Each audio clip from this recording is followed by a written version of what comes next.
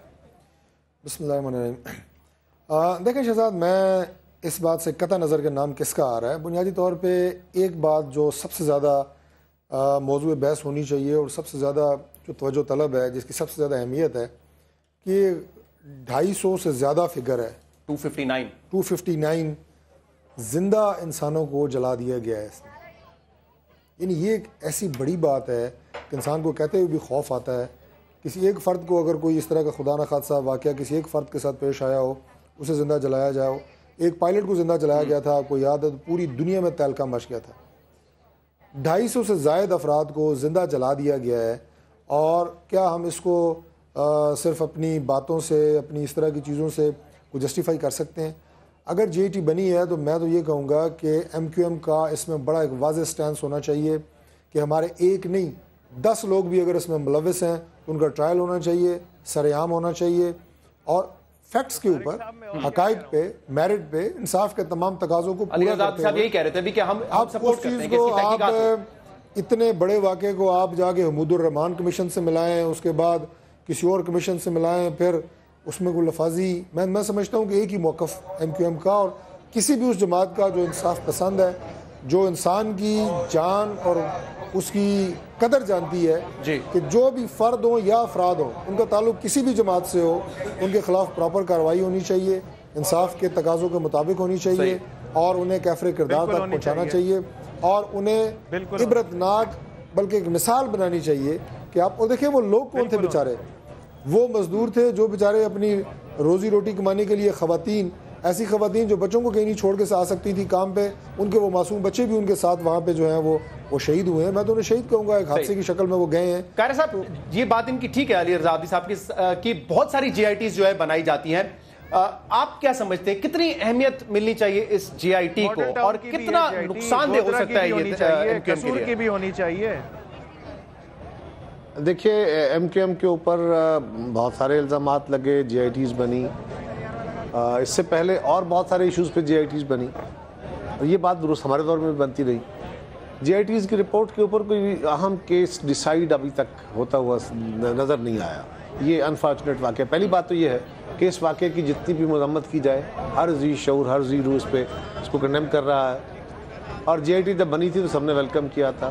J I T کی report آ گئی ہے اور یہ ابھی پریلیمنری رپورٹ ہے, اس کے اوپر ایف آئی آر ہوگی, آگے انویسٹیگیشن ہوگی, پھر دین کورٹ پروسیجر ہوگا. تو میرا خیال ہے کہ اس معاملے کو وہ جس طرح آپ بتا رہے ہیں کہ ریکمینڈڈ ہے کہ اس کو اے ٹی اے کے تحت چلایا جائے, اے ٹی اے کے تحت چلا کے اس کو جلدی پروسیڈ ہونا چاہیے, اور جو بھی اگر کوئی کردار ہیں تو وہ کیفر کردار کو پہنچنے چاہیے.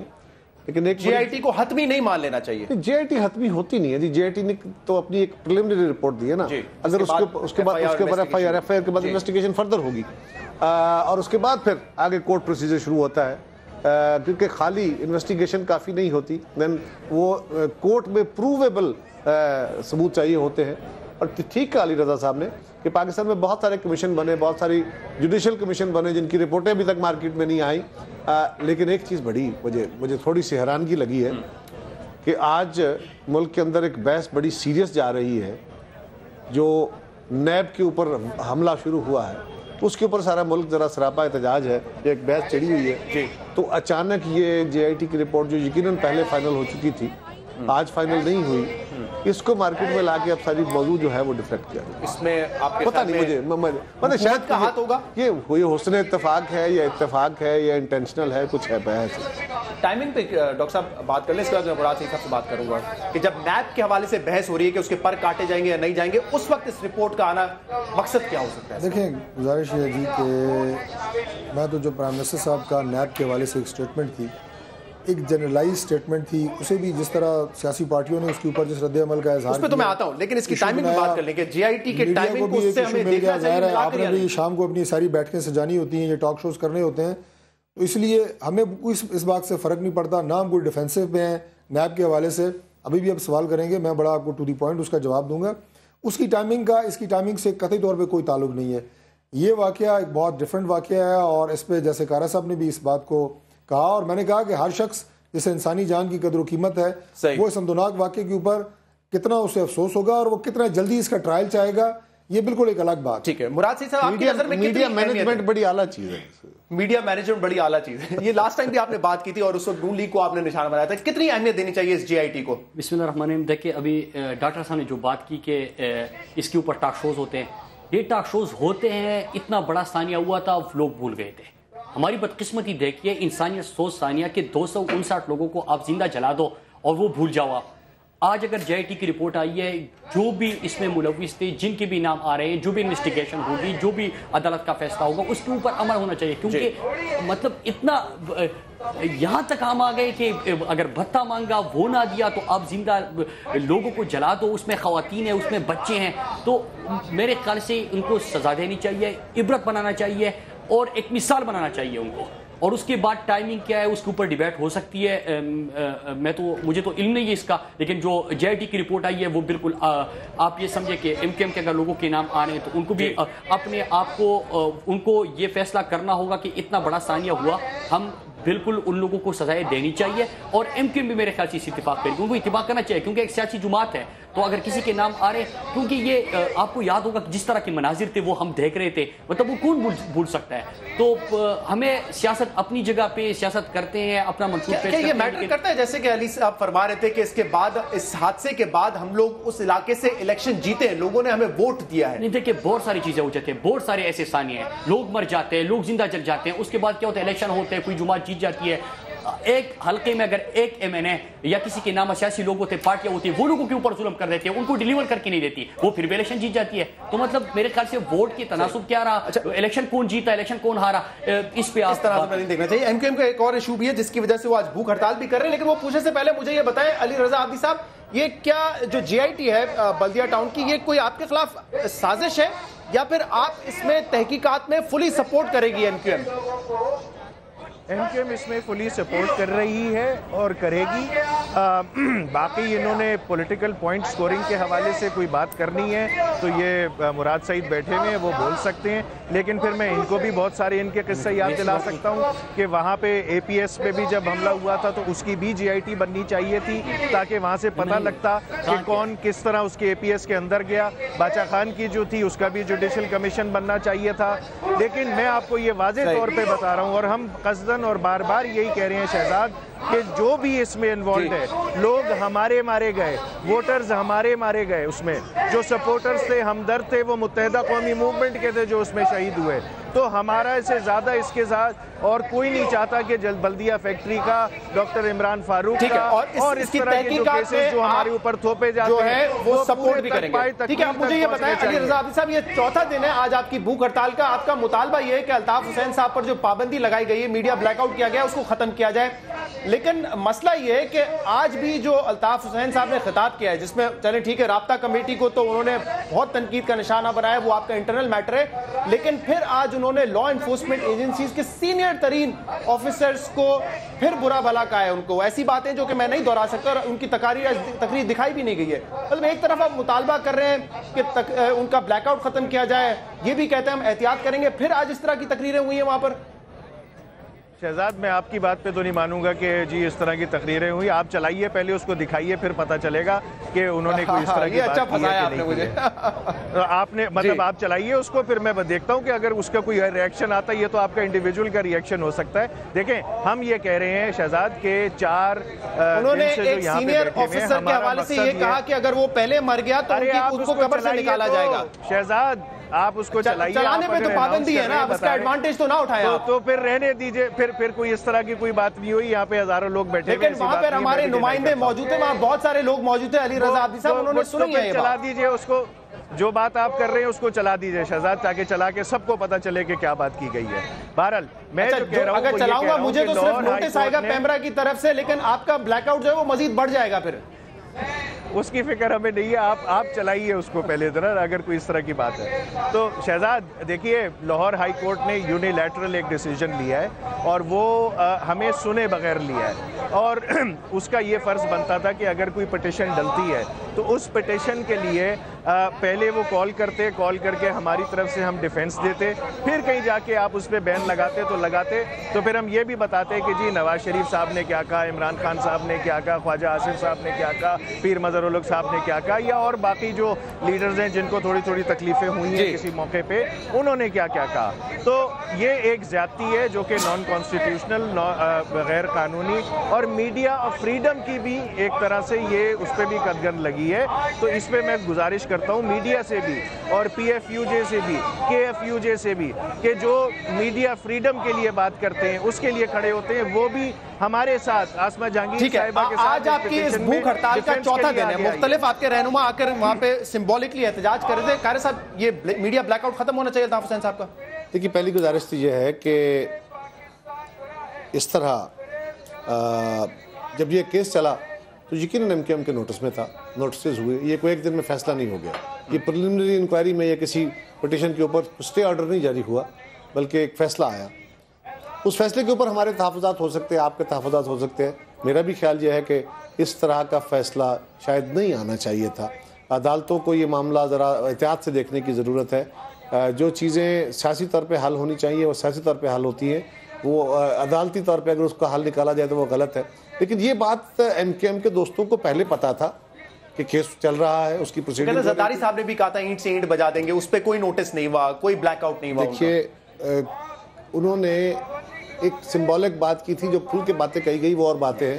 لیکن میں سمپل یہ کہہ رہا ہوں کہ اب کیونکہ ہائی کورٹ کا ایک فیصلہ آ گیا, جب تک وہ فیصلہ گراؤنڈ میں موجود ہے اس کے خلاف اپیل نہیں کی جاتی, اس کے خلاف سپریم کورٹ پہ نہیں جایا جاتا, یا جو بھی لیگل فورم ہے اس کو ایڈریس نہیں کیا جاتا, کیا گورنمنٹ, آپ یا ہماری جو جرنلسٹک باڈیز ہیں, کیا ان کے بس میں یہ ہے کہ یہ اپنے طور پہ اس معاملے کو ختم کر سکے, یہ کنٹیمپٹ نہیں ہوگی؟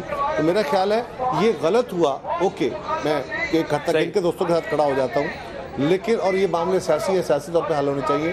لیکن جب تک اس کا لیگل حل نہیں نکالا جائے گا, گورنمنٹ کے لیے یا باقی باڈیز کے لیے مشکل ہوگا اس سے آگے. صحیح. تو اس کا مطلب پھر آپ لوگ نہیں ہیں اس بلیک آؤٹ کے پیچھے, حکومت کی منشا نہیں شامل ہے اس میں؟